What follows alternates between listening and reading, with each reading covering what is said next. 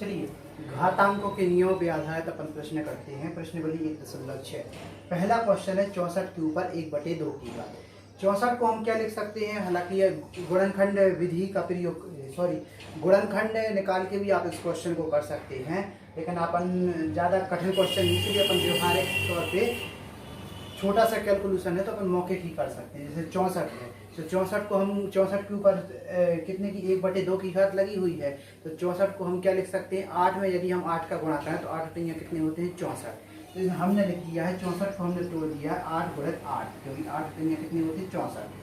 8 गुणित 8, 8 कितनी बार लिखे हुए हैं 2 बार लिखे हुए हैं, तो 8 के ऊपर कितनी घात आएगी 2 की। अब यहाँ कौन सा सूत्र लगेगा हमारा घातांक का, x के ऊपर m की घात और पूरे के ऊपर n की घात। तो हमने सूत्र क्या पढ़ा था, x के ऊपर m की घात और पूरे के ऊपर n की घात बराबर x के ऊपर m गुणित n। घातों का क्या हो जाएगा गुणा, तो 2 में 1/2 का गुणा होगा तो 2 से 2 हमारा कैंसिल हो जाएगा और 8 हमारा क्या होगा आंसर।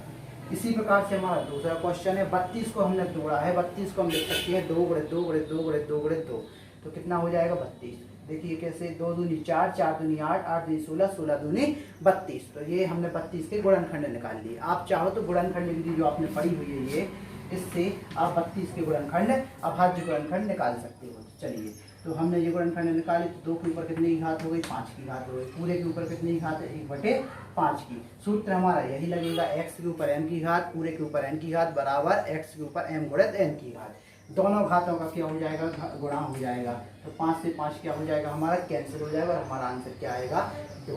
यहाँ सुनिए, यदि एक घात और लगी होती पूरे के ऊपर तो तीनों घातों का भी आपस में क्या हो जाता गुणा हो जाता। ऐसे ही 125 का किया हमने, 125 को तोड़ा 5 गुणित 5 गुणित 5 कितना होगा 125।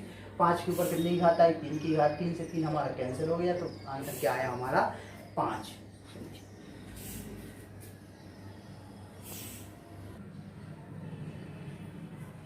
चलिए, क्वेश्चन नंबर यदि हम दूसरे का पहला देखें तो हमारा दिया हुआ है 9 के ऊपर 3/2 की घात। इसको भी हम वैसे करेंगे, 9 को हम लिख सकते हैं 3 गुणित 3, 3 त्रिका 9, तो 3 गुणित 3 और बाकी राशि जो की त्यों लिखेंगे, मतलब घात जो की त्यों लिखेंगे। तो 3 में के ऊपर कितनी घात आ जाएगी, क्योंकि 3 कितनी बार लिखा हुआ है 2 टाइम लिखा हुआ है, 2 1 और 1 2, 3 के ऊपर कितनी घात आ जाएगी 2 की। यदि 3 बार लिखा होता तो 3 के ऊपर 3 की घात आ जाती। अब यहाँ वही सूत्र हमें लगाना है घातांक का तीसरे नंबर का, x के ऊपर m की घात पूरे के ऊपर n की घात बराबर x के ऊपर m गुणित n की घात। तो क्या आ जाएगा, इन दोनों घातों का क्या हो जाएगा आपस में गुणा हो जाएगा। तो 2 से 2 ऊपर नीचे की राशि हमारी कैंसिल हो जाएगी, 2 से 2 हमारा क्या हो जाएगा कैंसिल हो जाएगा, और 3 के ऊपर हमारी कितने की घात बचेगी 3 की, तो 3 के ऊपर 3 की घात। अब 3 के ऊपर 3 की घात का मान 27 कैसे आया वो आपको शायद पता होगा। 3 के ऊपर 3 की घात का अर्थ है 3 गुणित 3 गुणित 3, 3 का आप हमें क्या करना है 3 बार गुणा करना है, तो कितना आ जाएगा 27। चलिए, 16 का अगर हम करते हैं तो 16 को क्या लिख सकते हैं 2 गुणित 2 गुणित 2 गुणित 2, तो कितना हो जाएगा 2 दूनी 4, 4 दूनी 8, 8 दूनी 16। ये 16 के हमने गुणनखंड लिखे हुए हैं। अब हमें क्या करना है, 2 के ऊपर कितनी घात आ जाएगी 4 की घात आ जाएगी, तो 4 से हमारा 4 क्या हो जाएगा कैंसिल हो जाएगा। 2 के ऊपर कितनी घात आएगी 3 की घात आएगी, और 2 के ऊपर 3 की घात का मतलब क्या होता है 8। कैसे होता है 2 गुणित 2 गुणित 2, तो कितना हो जाएगा बराबर में 8।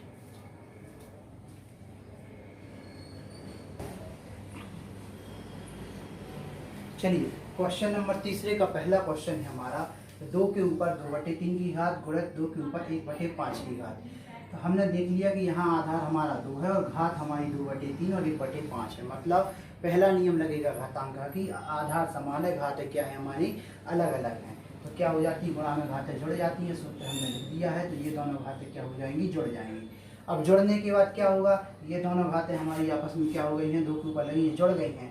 इसको हम एलसीएम लेके हल कर देंगे। 3 और 5 का लघुत्तम कितना आएगा 15, 3 और 5 का लघुत्तम कितना होता है 15। अभाज्य संख्याएं हैं, अभाज्य संख्या का आपको एलसीएम निकालने की आवश्यकता नहीं है, उनका आप आपस में गुणा कर दोगे तो एलसीएम हो जाएगा। 3 में 5 का गुणा करें तो 15 होता है, एलसीएम आपको निकालने की आवश्यकता नहीं, क्योंकि अभाज्य संख्याओं का अलग से एलसीएम नहीं निकालना, जो संख्याएं उन्हीं को आपस में गुणा कर दो वही हमारा एलसीएम होता है। 3 में 5 का गुणा किया तो कितना आया एलसीएम हमारा 15। अब क्या करना है, इस 3 का भाग हमें 15 में देना है, 3 का भाग हमें 15 में देना है। कितना बार जाएगा 3 का भाग, कितनी बार जाएगा हमारा 5 बार जाएगा, 3 5 15 5। उस 5 का गुणा हमें कहाँ करना है अंश में, 5 का गुणा हम अंश में करेंगे तो 5 दूनी कितना हो जाएगा 10 हो जाएगा। बीच में प्लस लगा, प्लस लगाएंगे। 5 का भाग हम फिर से एलसीएम में देंगे, एलसीएम मतलब 15 में, 5 का भाग हम 15 में देंगे, कितनी बार जाएगा? 3 बार जाएगा। उस 3 का गुणा हम कहाँ करेंगे? अंश में करेंगे। अंश हमारा क्या? 1 है, तो 3 एकम 3, तो 10 में 3 जुड़ेगा तो कितना आ जाएगा? 13/15। अब 13/15 हमारा कट तक कैंसिल तो होता नहीं है, तो ये हमारा क्या होगा? आंसर। चलिए तीसरे क्वेश्चन की तरफ चल रहे हैं। तो 11 के ऊपर 1/2, बीच में क्या लगा होगा? भाग यानी कि बटे, और 11 के ऊपर 1/4। यहाँ देखें आधा दोनों का समान है, घात कैसी है? अलग अलग है। क्या लगेगा रूल्स? भाग है बटे है तो हमारा क्या लगेगा? माइनस वाला लगेगा, x के ऊपर m की घात भागित x के ऊपर n की घात बराबर x के ऊपर m माइनस n। तो यहाँ क्या आ जाएगा? m की घात माइनस n की घात आ जाएगी। तो 2 और 4 का लघुत्तम हमारा कितना होता है? 2 और 4 का लघुत्तम आप निकाल सकते हो, यदि नहीं आता आपको तो इस वाली राशि से आप निकाल सकते हो। 2 का भाग दोगे, 2 एकम 2, 2 दूनी 4, 2 एकम 2, इन दोनों का गुणा करोगे तो कितना आएगा? 4 आएगा। तो 2 और 4 का एलसीएम हमारा क्या है? 4, लघुत्तम समाप्त। हमने यहाँ 4 लिखा। इस 2 का भाग हम इस 4 में देंगे तो कितनी बार जाएगा? 2 बार जाएगा। उस 2 का गुणा हम कहाँ करेंगे? ऊपर वाली राशि अंश में करेंगे। अंश हमारा क्या? 1, तो 1 में हमने 2 का गुणा किया तो 2 माइनस आ जाएगा। और 4 का भाग हम एलसीएम में देंगे। एलसीएम कितना है हमारा? 4, तो इस 4 में 4 का भाग देंगे तो कितना आएगा? 1 आएगा। 1 का गुणा कहाँ करेंगे? अंश में। अंश क्या है हमारा? ये 1, इसमें करेंगे, 1 आ जाएगा। 2 में से 1 घटाओगे तो हमारा क्या बचेगा? 1 बचेगा। तो 1 और बटे में क्या आ जाएगा? 4।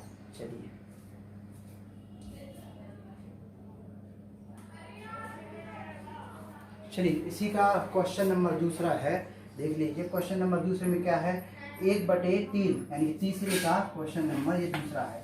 1/3 के ऊपर 3 की घात पूरे के ऊपर 7 की घात लगी हुई। अब देखिए 1 के ऊपर 7 की घात का मतलब 1 का गुणा अगर आप 7 बार भी करोगे तो 1 ही आएगा। 1 गुणित 1 गुणित 1 गुणित 1 गुणित 7 बार करोगे तो 1 ही आएगा। तो इसका आंसर तो 1 हो गया। अब 3 के ऊपर 3 की घात लगी है और पूरे के ऊपर 7 की घात लगी है।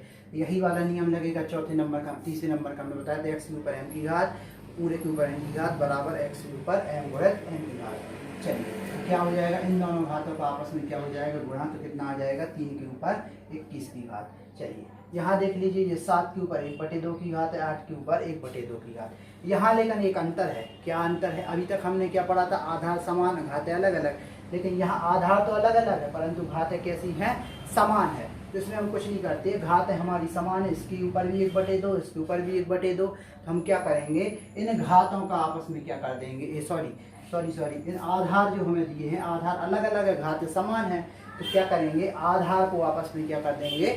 आपस में गुणा कर देंगे और पूरे के ऊपर अपन एक घात लगा देंगे। अलग अलग घात न लगा के कोई एक घात लगा देंगे। यहाँ 1/2 है, यहाँ भी 1/2।